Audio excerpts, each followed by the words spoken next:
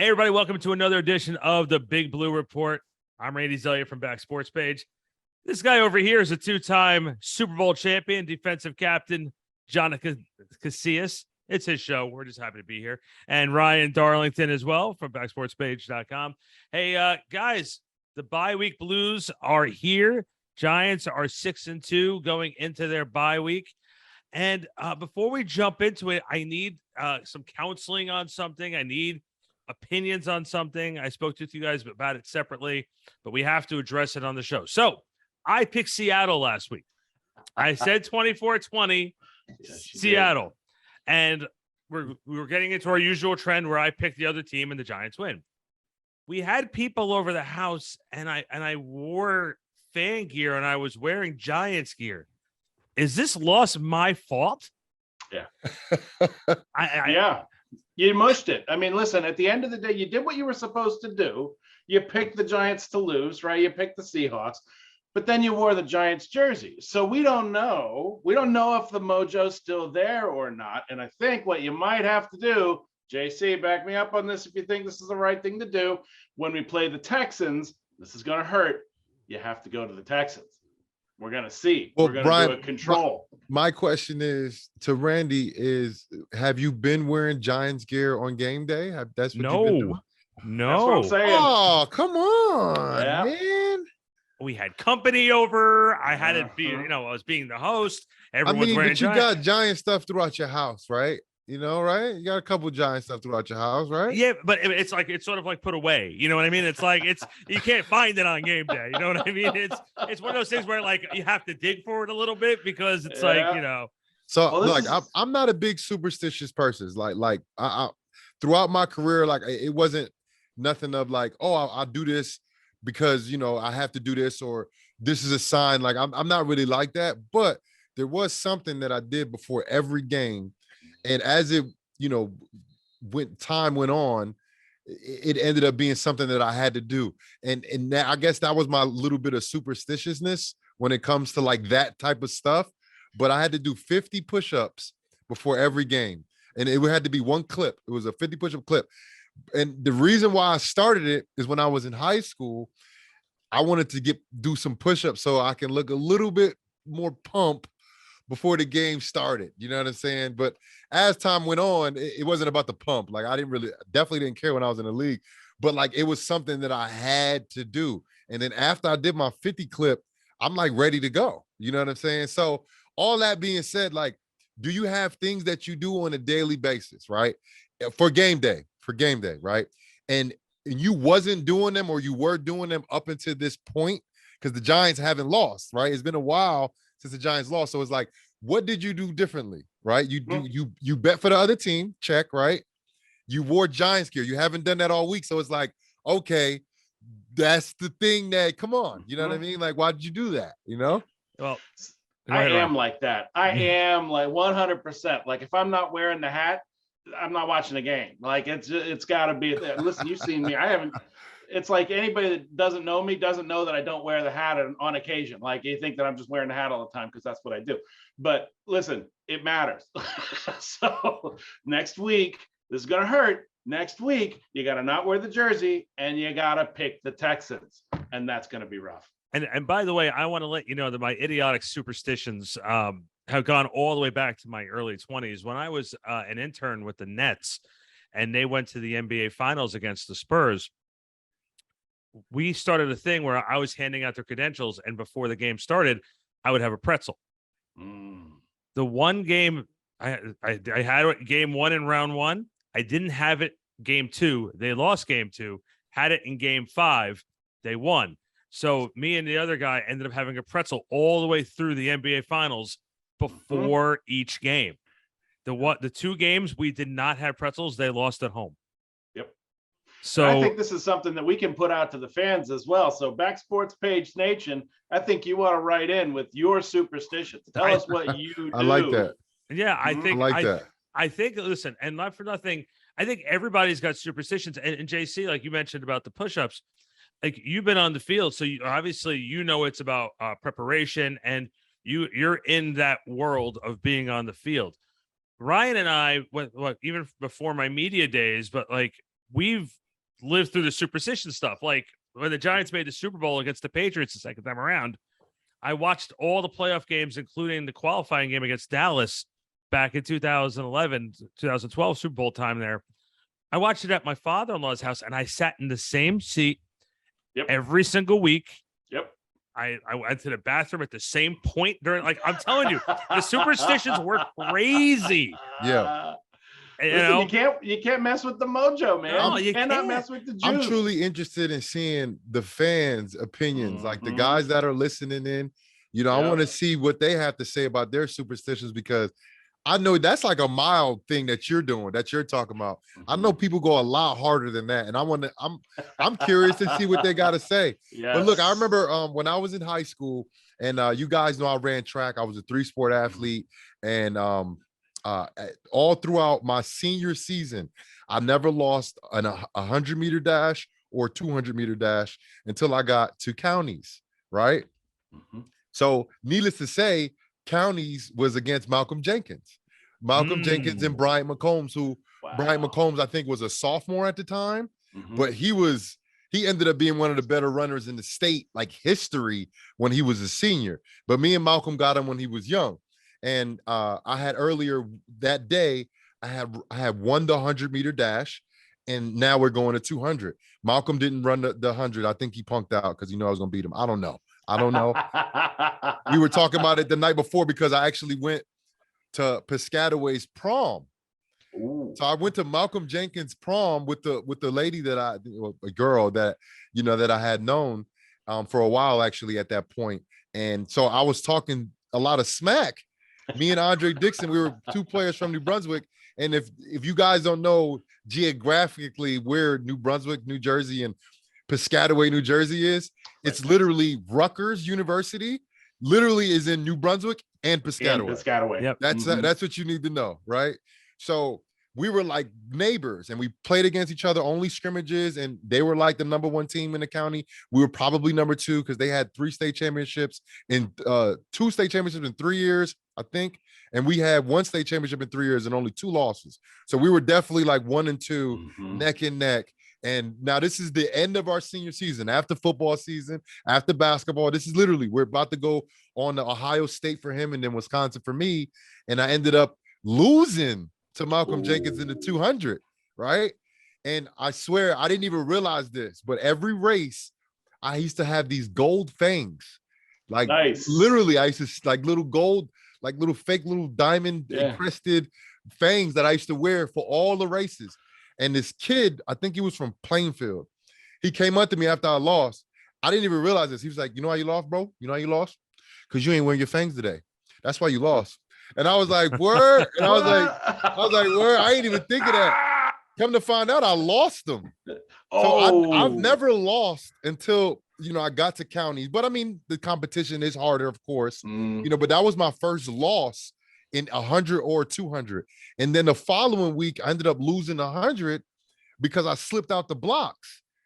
And the guy that beat me for group, he didn't even make state.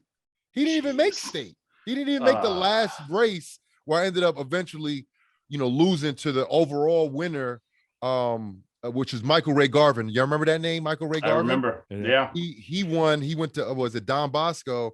And he went on to run at Florida State.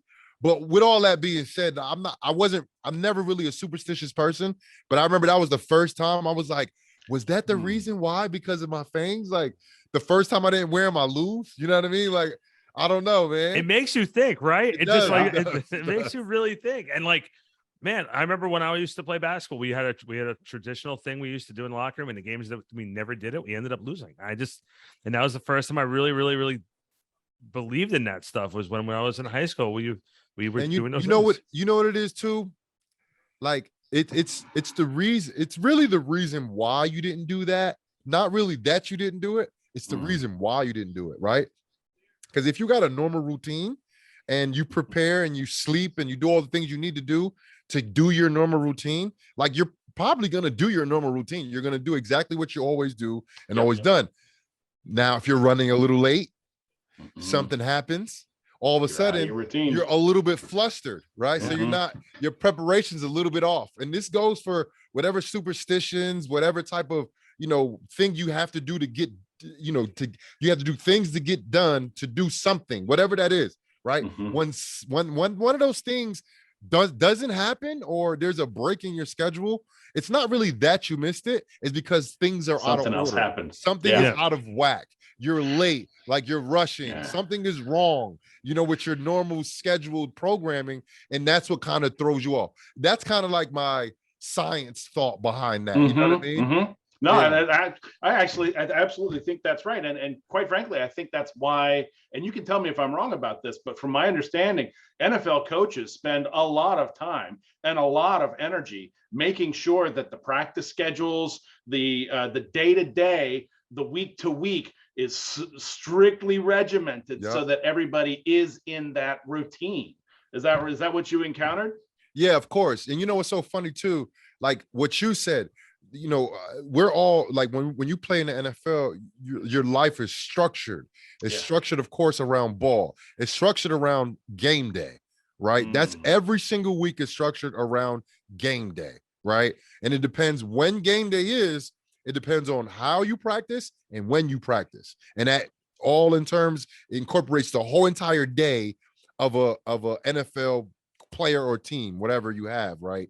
And when it gets shifted, which it always does, right? But it's part of the game. Like, that's part of the game, playing on a Monday night, right? Playing on a Thursday night, playing in London with that long trip. Like, you have that kind of schedule. So when change is coming, it's more like accepted almost. But that's why everybody always say, it's a short week, or it's like, they're traveling, like, because it throws your normal schedule off, right? Even though, like, it's kind of like prepared for and slotted, but when you don't prepare for it, or if it's normal and then your schedule is off and then something's off, that means something is wrong, right? Something is wrong here. Well, I'd even heard I'm sorry, Randy, I keep cutting you off today, but I even heard that when they were going to London, he kept them on East Coast time as much as he possibly could, right? So that it wasn't going to be that kind of weird hour change and circadian rhythms being. But it's always going to be weird, because that's weird. That's weird. That's trying to keep them on the same schedule. Like the sun's setting right now, bro. It's not 6 p.m. Yeah, it's 3 a.m. in the morning. It's 3 a.m. in the morning. We're going out and practice right now. We still won. We still won when we care. That's fine. It's funny, and this is a good transition. You talk about the structure of the schedule, and now you're in a bye week. Can you talk about being in a bye week? How does that change the mindset, change the do players keep a similar schedule as far as workouts are concerned during bye week, since it's an in-season break? Can you just sort of break that down? Yeah, well, it all depends, right? I think the main thing, like, if you're an NFL player and you have a bye week, the main thing is, like, is it really a bye week for me personally, or do I have to be here and go to treatment? Because if you got to go to treatment, you don't really get a real bye week, because, like, you're better off staying there, getting 2 treatments a day. You know what I'm saying? And so you can get back as fast as possible. That's best for everybody that's involved. Usually that's what happens. Maybe they give you a couple of days off. But if we're talking about like 5 to 7 day break, which never happens in the NFL season unless it is a bye week, unless it's a bye week. And I'm not talking about the NFL bye week. I'm talking about in-season bye week, right? You have time to get away from ball, and that's what you should do. That should be your number one priority, is to just get away from football. Don't think about football for at least one day. You know what I mean? Like, you can do a workout or something, but just literally let your mind relax, because it's a stressful season, just coming off a pretty tough loss. Went up to the West Coast, got their butts whipped a little bit, got whooped on a little bit. And you feel that for at least 48 hours naturally, with nothing to look forward to, right? It's so far away, your next game. So you kind of sit on it for a little bit longer. But then what you need to do, you get yourself away from football. Go around your family. You got kids, hang out with your kids, take your kids to school. You know what I mean? Like, do something to make you feel almost like a normal human being again.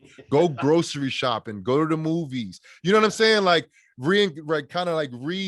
incorporate yourself in the world just for a little bit, just to literally get away from football, right? And then when you turn the switch back on, and it could be for 24 to 48 hours, 36 hours, however long it is, but you do it for at least one day. Then when you come back, you're like, all right, I got to get back to work. You're revitalized, your energy's back up. You know what I mean? Like, it's like, all right, what we got to do now? Instead of just kind of like, you could be mulling over this loss for a while. That's the thing about losing when you go into the bye. You don't have nothing to really look forward to because there's nothing this week. So you're mulling over this thing. And this happened to me. This has happened to me. If you win, everything's excited. Now everybody got questions about the Giants. There wasn't no questions in the game before that. So now they got to hear this for like 10, 11 days, 12 days, you know what I mean? Straight. So get away from ball and then come back, revitalize, and get ready to go back to work. And I have to ask too, after going into the bye week, the team breaks and then the trade deadline is on Tuesday. A lot of people probably a little nervous whether or not they were going to be coming back to New York, if they were going somewhere else. And the Giants decided to stand pat, which to me, no move speaks volumes, because we had been saying, especially since we started doing this podcast, this is an evaluation season. This is, winning is a happy accident. 6-2 is a happy accident for this team. You're looking at what Daniel Jones is. You're trying to figure out whether Saquon is still your running back. You're evaluating some of these younger players on whether you want them part of the future. 2022 is not the priority. 2023, 2024, 2025 is what, Dable and Joe Sean are focusing on. So not making a move, even though they're in desperate need of a wide receiver right now, sort of speaks volumes. And this past week on Tuesday, Joe Sean met with the media, met with the beat writers, and a lot of questions came is, what's the status of Daniel and Saquon's extension? Why didn't you make a move for wide receivers? If you're hurting for wide receivers so much, why did you move Kadarius Toney? All those questions were asked. And Joe Sean really didn't sort of give that stamp of approval of Daniel and Saquon are our guys. These are the guys we want to make sure we keep them here. We're going to do everything we can to make sure we keep them here. JC, you've been around the building and you've been watching just as much as we have. Both guys have really showed that they not only can they still go, but they could be key contributors.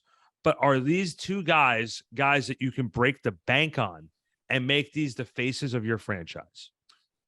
I would say yes, if the weapons around them were existent, but since that's non-existent, and I'm talking about the receiver room and really like the overall core of the offense that includes offensive linemen, right? You have a really young, talented left tackle in Andrew Thomas. And then the rest of the line are like, okay, those guys are doing their job and they're doing what they're supposed to, but there's no like other stellar studs. And even at the tight end position, right? And of course, we got a great running back.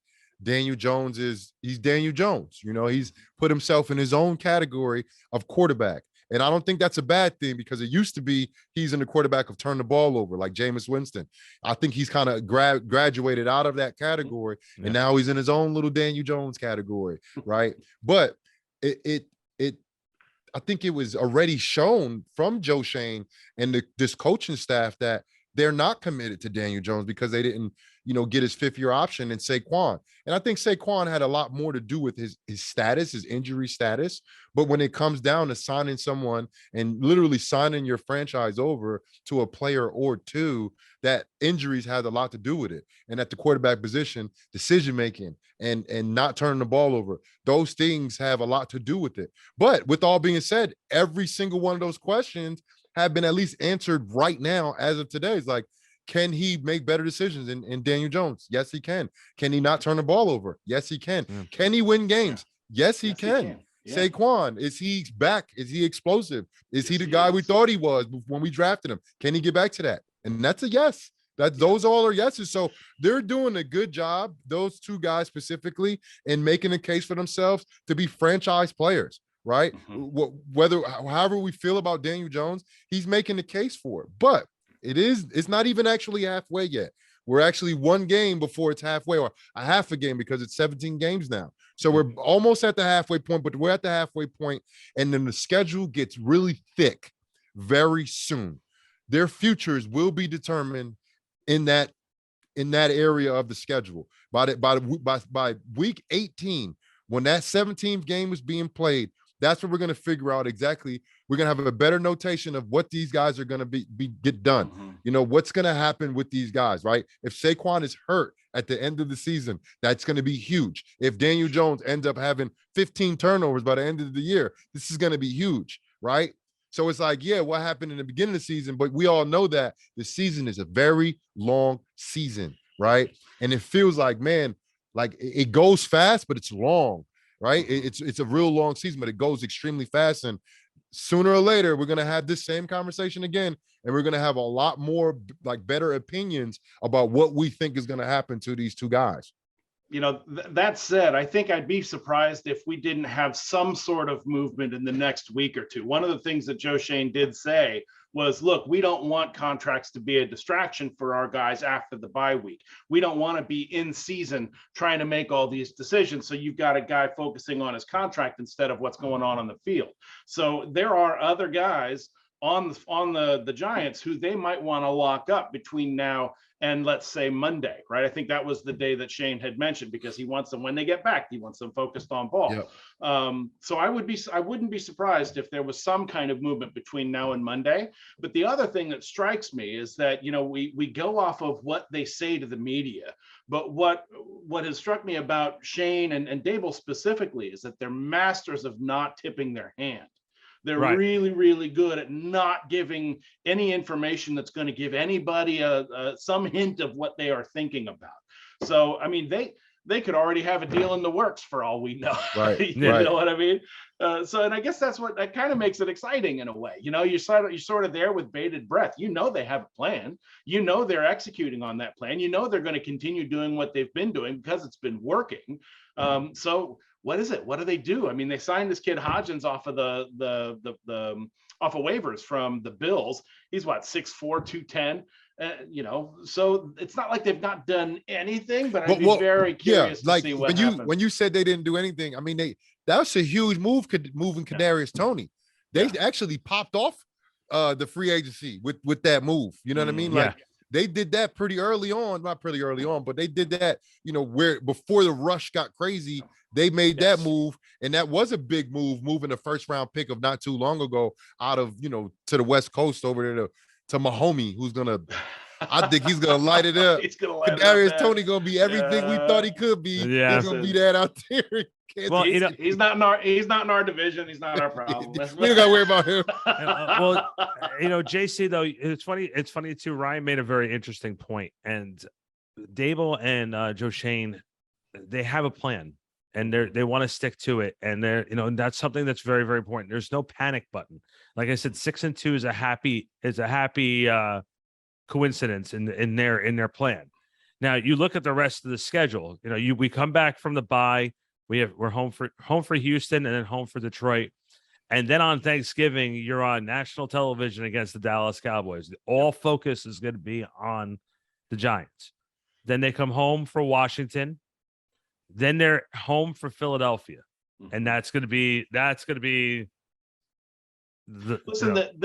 in division games are the toughest ones we're going to have. I mean, maybe besides the Commanders. I mean, the games against the Cowboys and the games against the Eagles are the ones that really kind of frighten me a little bit. And how we go into those games is kind of going to be determined by how we go into and come out of the games against the Texans and the Lions, right? I mean, you roll in off a loss, right? They're reeling. So part of the test of this team is how are they going to, we've seen how they react to winning. We haven't really seen how they react to losing, right? Especially once they've lost and then had a week to think about it. How is this team going to come back and react to that loss? Are they going to play with the same intensity? Can we show that we can beat the Texans? Can we show that we can beat the Lions, who, despite a bad record, are a pretty decent team? I think going into those games is going to determine the momentum that we go into that game with Dallas with. And really that game I see as sort of a pivotal point in our season.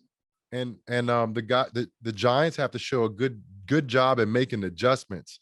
You know, I don't think they've been stopped in anything that they wanted to do throughout this season besides last week. Because even Dallas just sacked the quarterback and just kind of crushed the whole pocket and never allowed anything to get going.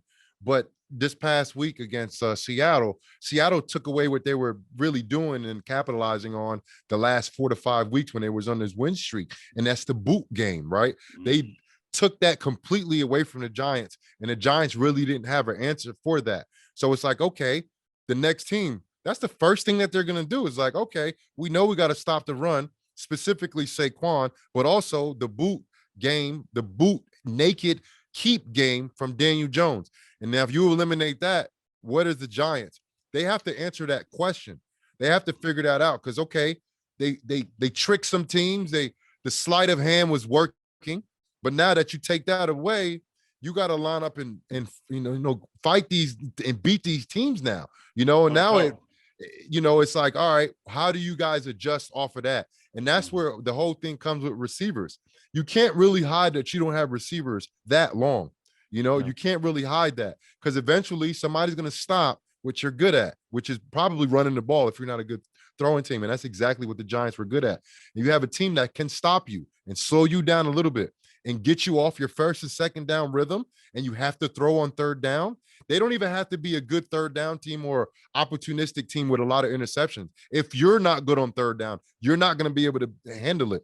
And the Giants have to be able to get manageable first and second downs and then be good on third downs. And that usually means they have to be efficient in the passing game. Yep. That's what that really means. And if the Giants can't be efficient in the passing game with doing drop back and not bootlegs, where Daniel Jones is basically going to have a free rusher on him because he's bootlegging, right? You got to sit back in the pocket and pass the ball. The question is, to who? Yeah, that is the question. It's not can he make the throws. It's who's going to get open for him. Because I think Daniel Jones, he showed that he's capable of doing different things to help the Giants win games. And not only that, but I will say, when you look at that wide receiving core, Darius Slayton and Wendell Robinson does not scare me.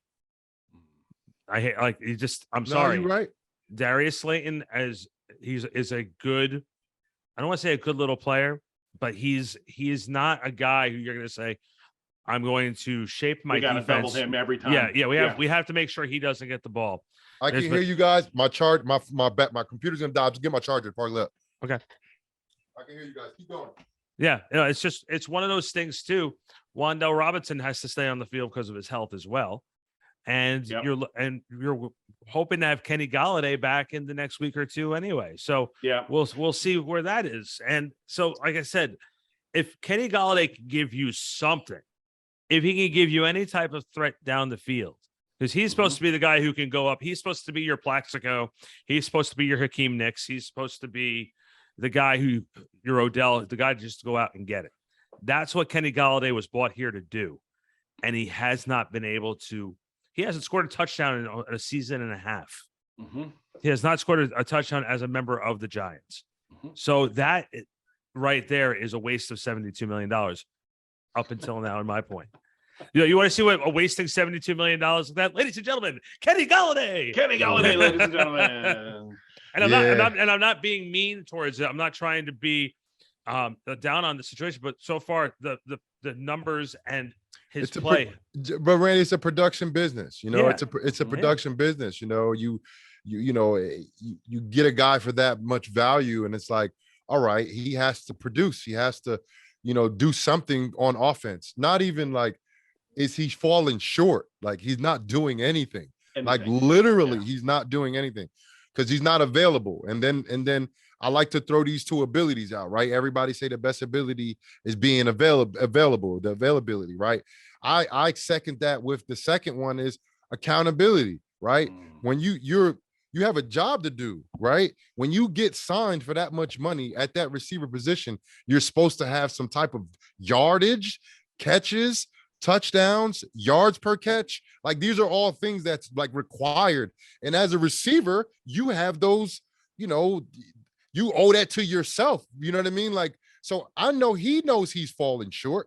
He's not everybody in the NFL has some type of smarts to them. You know what I mean? You don't have complete idiots. He understands that he's fallen short, or not done anything. So it's like, I never wanted to look outside of what the Giants can have on their roster and do, because that's like reaching for stuff. It's like we have the guys on the roster before Kadarius Toney was let go. They had the guys, all of the pieces on the roster on paper that would be like, this is a strong receiving core, right? You started the year with Sterling, who is a number 2, a solid number 2 receiver for a pretty long time in the league. First round draft pick in Kadarius Toney, second round draft pick in Wan'Dale Robinson, a young, proven Slayton deep threat receiver, right? And then Galladay, who was that's 5 guys at the beginning of the season, right? Literally none of them have produced this year, right? The numbers say it, right?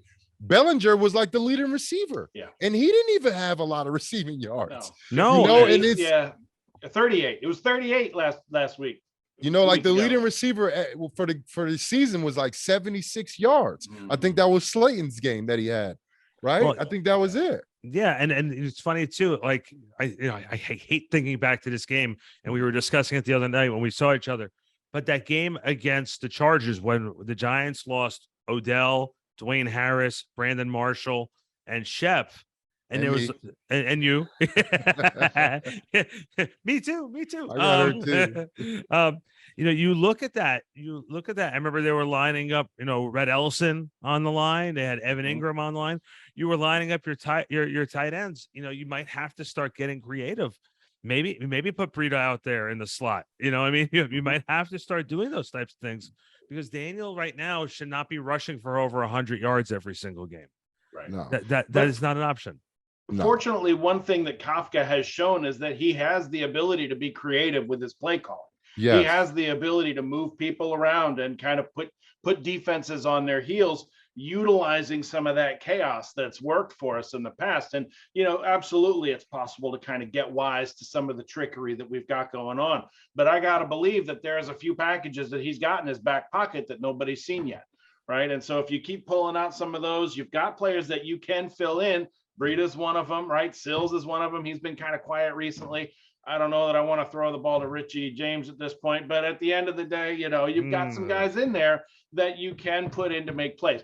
But to your point, JC, it feels like we're scraping. It feels like you're reaching a little bit at that point. And I would love to get to the point where, look, we don't have to reach. We know what we've got in this guy and this guy and this guy, and they're going to do what they're going to do. Defenses are going to know what they're going to do, and they're still not going to be able to stop it. Right. I agree. And what's funny too, because I know everybody's talking about Odell coming back to New York, right? I'm for one that's like, okay, Odell's not coming back, right? But I just want to kind of get these guys kind of amped up again and give them a little more hope that Odell might come. Because look, Odell, you don't have to trade for Odell. He's a free agent. And we got rid of Kadarius Toney, guys. So Odell could still possibly come to New York. I'm just trying to get people riled up on the outside and have them getting excited for no reason, because he's not coming here. So it's almost like the Dumb and Dumber. So you say that there's a chance. Right. And it's funny too, because they brought that up to management district. They said Odell came by the facility.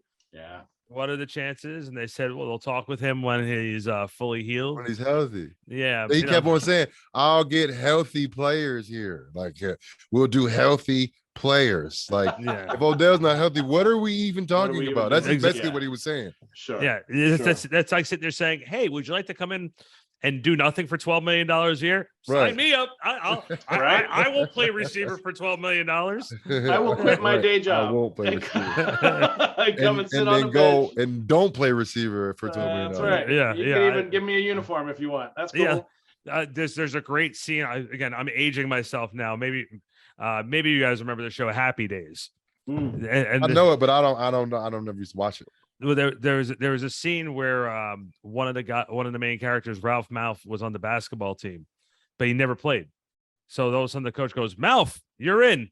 He takes his warm-ups up and he has his jeans and his regular shirt on. He goes, I never play. That's hilarious. I could be that guy. I can be that guy. Give me $4 million. I will be that guy for you. So with that being said, we're wrapping up pretty much the first half of the season. Well, let's go around real quick. JC, start with you. I'll go last on this one. Can you give me one or two players on the Giants that maybe was your standout player that stood out to you, that sort of overachieved or had their coming out party for the Giants first half of the season? Well, like I said earlier, I think Andrew Thomas is having a great year. He's having a phenomenal year. And when you talk about the woes of the offensive line for the Giants, you're not talking about him. He's having a solid year. Before Bellinger was my guy. You know, I love just a physical, tough tight end. You know, I love that. But now he got his face broken, so that's not okay. But you got to go defensive. Dexter Lawrence. Why would I even go elsewhere? Dexter Lawrence, man, he's having a tremendous season. You know, he's developing as a premier run stopper and actually a pretty good pass rusher in the interior. And he's developing as a leader, you know, and they call him Big Sexy. He got his little happy little twerking sack dance. But look, sexy Dexy, baby.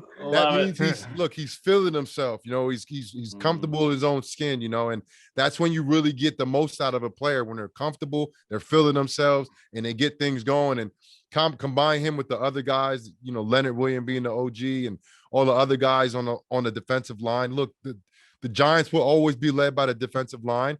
And I think Dexter Lawrence is one of the standout players amongst the group. Awesome. Yeah. Right. Yeah, I've kind of got two, and I'm sorry if you only wanted one, but I'm going to give you two. I think one guy and you've heard me say his name a couple of times here, I've really been impressed with Matt Breida. I've really been impressed by his ability to run with the ball, to catch the ball, to pick up run blitzes, to do everything that we need him to do. It seems like he does it, and he does it well. He's ready to go at a moment's notice. He's ready to do whatever job you've got for him to do. And I've just really loved the way he plays, watching him play as a utility player. I think this is a great opportunity for him to continue making a name for himself when it's time to give Saquon a blow. And you don't have to worry. You don't have to worry if he's going to be able to hang on to the ball. I'm going to knock on wood as I say that. You don't have to worry if he's going to be, you know, do what he's supposed to do, just because he seems like he's always in the right place at the right time.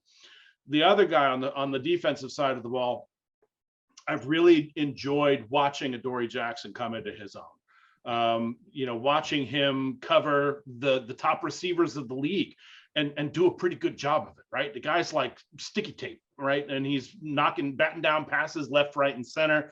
He's in the right place at the right time, and he makes plays. He makes plays when it matters. So I love watching the kid play, and I can't wait to see him even improve in this league.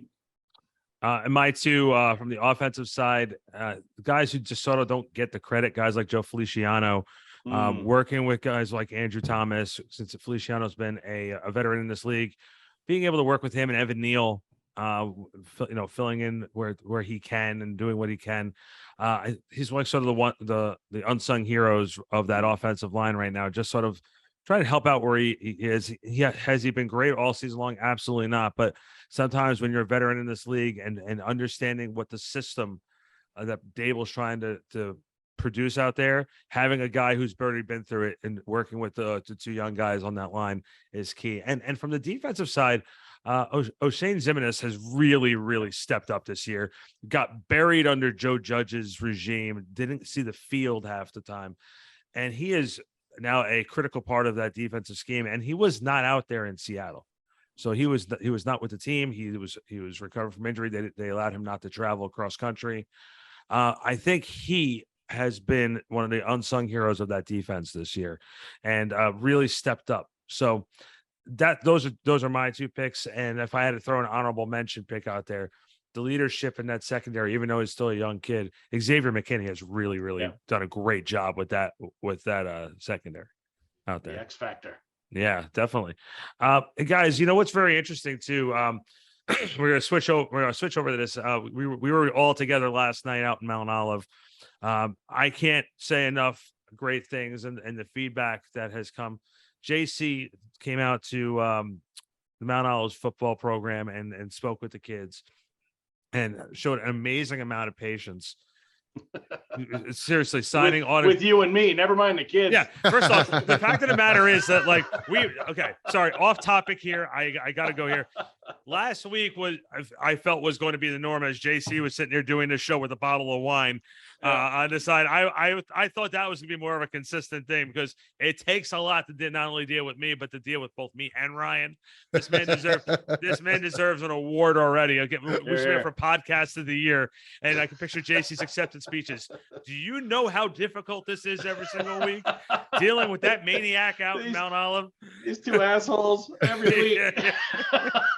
My God. You think playing in the NFL is hard? Try dealing with these guys. Come on. What the hell? I do have more tolerance for kids, as you saw yesterday. Yes. I do have more tolerance. Adults, on the other hand, all right, give me a little bottle of wine. Let me take my medicine before it calm down a little bit. A little happy medicine there. But I will say I have never, I think for a lot of the adults that were present last night, I think got a lesson in humility and took a lesson from JC last night, because not only were you patient with all the children, you did not turn away any questions, whether they were, silly questions of any sorts. You showed so much patience in signing every kid's autograph. And you did so much, like no joke. And then after you got done with one field, you went over to the other field and met with the other team who didn't have the opportunity to come down. I cannot tell you the amount of feedback, positive feedback, and praise that you have gotten over the last 24 hours. And I was talking with my wife after you left yesterday. I said, if we ever had to pick somebody for our kids to be a role model, to watch as a role model, it's you. I know. I'm not going to say. I'm not going to show them the video of you drinking the wine and sitting there calling. Some of that's going to stay close to the vest, right? There's a few of those that we're not going to show. That's on the director's cut of the show, ladies and gentlemen. That's right. but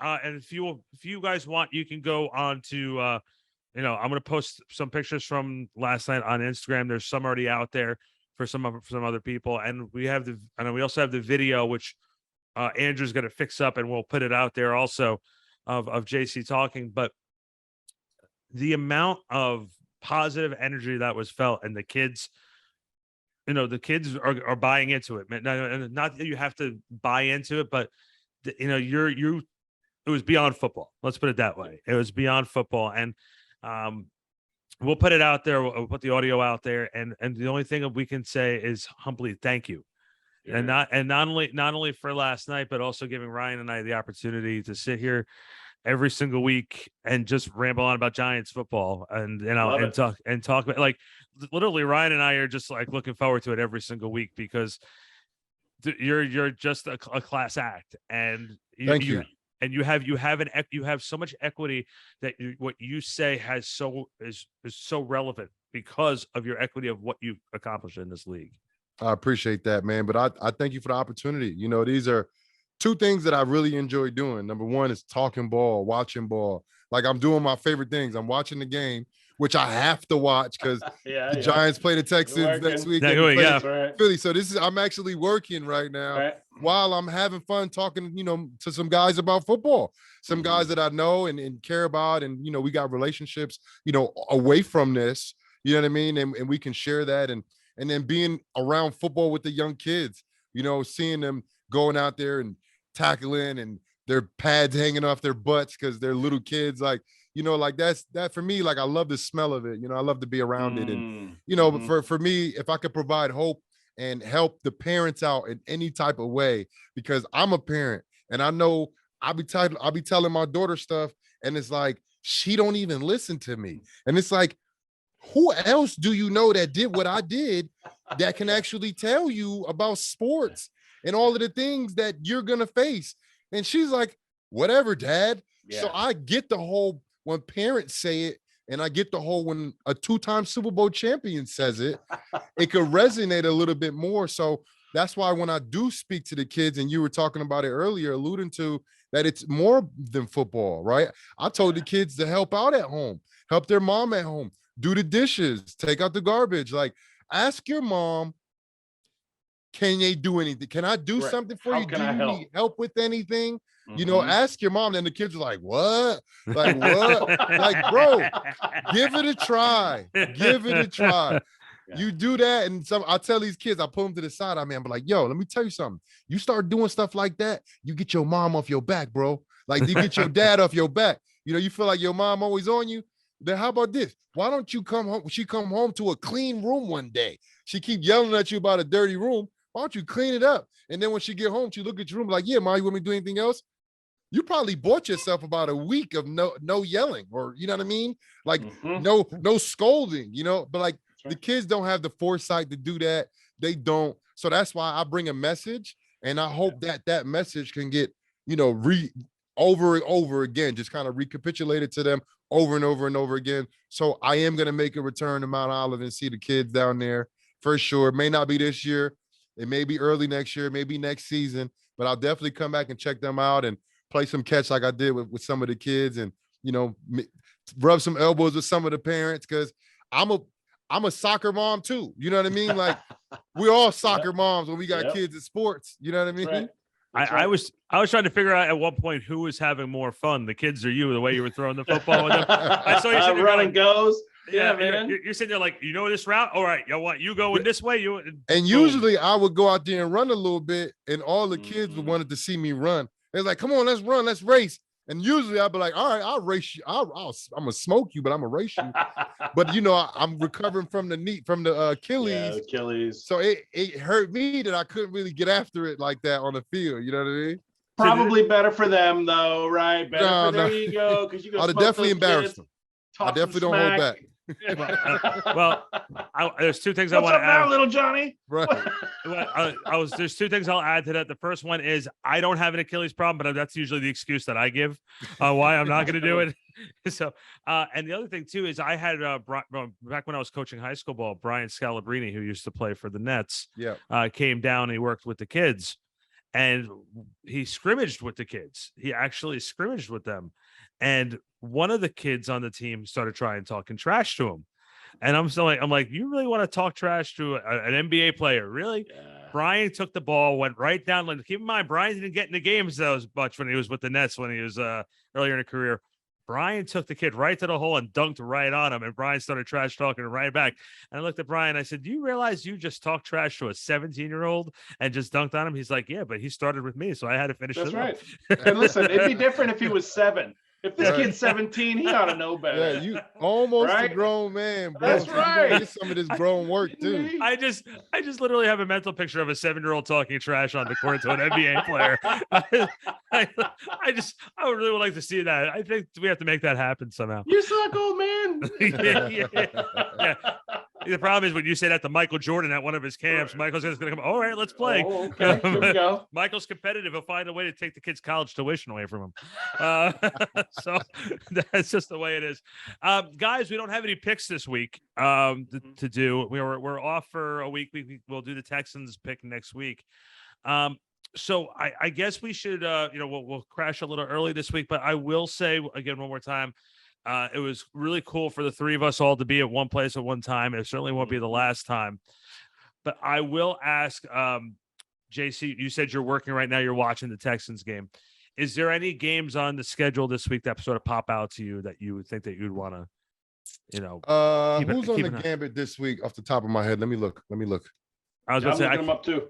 Yeah, let's make a pick for this week. We'll pick one game. Okay, so I got the schedule up here. I'll go first on this one because I think I already found my game. Both teams don't have great records, but I have a feeling it'll probably be a very exciting football game. It is Las Vegas and Jacksonville. I just think there'll be points put on the board on that one. I think the Vegas is hurting for a win, but I'm having fun watching Jacksonville play with Trevor Lawrence and that young team, learning how to win, learning how to play games. Yes, they only have 2 wins under their belt, but they've been fun to watch. That game against the Giants they had a couple weeks ago was a fun game to watch, and Trevor Lawrence is certainly keeping it very interesting for them. And the real question going into their season was going to be whether he's going to be able to take that next step as a quarterback, and he's doing pretty well. I think he's had a really good sophomore season so far. Okay, I'm looking at the schedule too, and the game that probably sticks out to me most, like I do like a betting show. We did a couple of games. I just didn't know the whole gambit of games this weekend.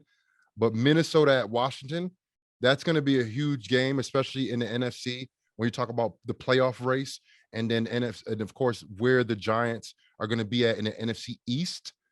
And Minnesota is definitely a playoff team, and the Commanders they're a little bit rolling right now, So I'm interested in seeing what happens with that game for sure. Yeah. And then you got Tennessee and Kansas City too for the Sunday night game, which is like, all right, let's see what Kansas City does to Tennessee, or if Tennessee could actually make it competitive and go up to Kansas City and get a win. And that'll be huge because Tennessee, man, they're not a sexy team and sexy name, but didn't they weren't they number one in the AFC last year, the number one seed? Number one, and they just lost Tannehill. And they just lost Tannehill. Going into the playoffs, right? So it's like, and they lost Tannehill. So it's like, let's see Malik Willis. Let's see if he can, go in Kansas City and do something. Let's see what the type of team they look like. Because if they can go up there and keep up with Kansas City, or even go up there and get a win, now that's a team that you got to pay attention to, because like I said, last year they were number one seed in the AFC. Of course, they didn't make it out the AFC, but they've been kind of in the running every single year and making a playoff push every year. So that's a team that you got to watch, because it's not just Kansas City over there on the AFC. You got other teams, and Tennessee is one of those teams. And by the way, real quick, Ryan, before you go, there's another game of interest with two teams that are desperate. They're absolutely desperate, and that's the Rams and the Bucks. Yes. Oh, I was going to say two different teams. I was going to say Green Bay and the Lions. Both of them are desperate for a win too. Yeah. I just think the Tom Brady situation, and JC, Tom, you never want to have your personal life, dragged out in public the way it's been for him. But, that team is better than their record. The Rams also are better than their record. These two teams just are they need to get on track. And if it's not going to happen now, it's not going to happen this season. Yeah. Ryan, what do you got? Honestly, I wasn't even really thinking about what it could mean for the division or what it was going to do this or that. I think just one of the games that I'm curious to see what's going to happen is that Seattle-Arizona game, because you got two offenses that are pretty high-powered, that can be pretty high-powered and put a lot of points up on the board. I think that's going to be a fun one to watch. Yeah, I agree with you. Hey, you know what, guys? I think we did justice. Again, JC, I can't thank you enough for coming out to Mount Olive yesterday. You made those kids years. I never seen so many kids hopping around on one foot because they all took their cleats because they were signing the shoes. They had to sign the shoe and put the shoe back on to practice. Yeah, it was funny. Like Mason came over to me. My son Mason came over to me and says, I don't know what to do for cleats because JC signed my cleats. I don't know what to wear today to practice. So you better get some Scotch Guard on it. I signed a lot of stuff yesterday.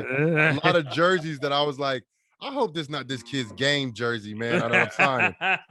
Well, with that being said, let's do some plugs real quick. JC, let's tell everyone they can find you, and of course on Cameo. Yeah, so on Cameo, you can look your boy up, Jonathan Casillas, of course. On Instagram, I am Jade_52. On Twitter, I am Jade Casillas52. And look, man, I'm looking up at this game right now, and Texas got a running back. 14, he's pretty 14. good. Oh yeah, he's pretty good, man. Yeah, he's pretty good. He's leading all rookies in rushing. Okay, I just looked at his stats. Okay, yeah, he's really good. Been watching him for the first quarter. He looks, or first two quarters, sorry. He looks pretty good. So guys don't know if you're tuning in late. just know that I'm working, watching the game. You're working, baby. You're working, baby. During the whole thing. So yeah, man, that's it, bro. Oh, yeah, and I'm on Instagram and Twitter, Randy BSP. You can follow the show. We are on Spotify. We are on YouTube. We are on Apple Podcasts, and we're starting this week on Google Podcasts as well as this. As at the end of next week, we will be available on the iHeartRadio Podcast Network. Nice. So we're making some moves, So we will see everybody here on the Big Blue Report next week, courtesy of BackSportsPage.com. See you guys later.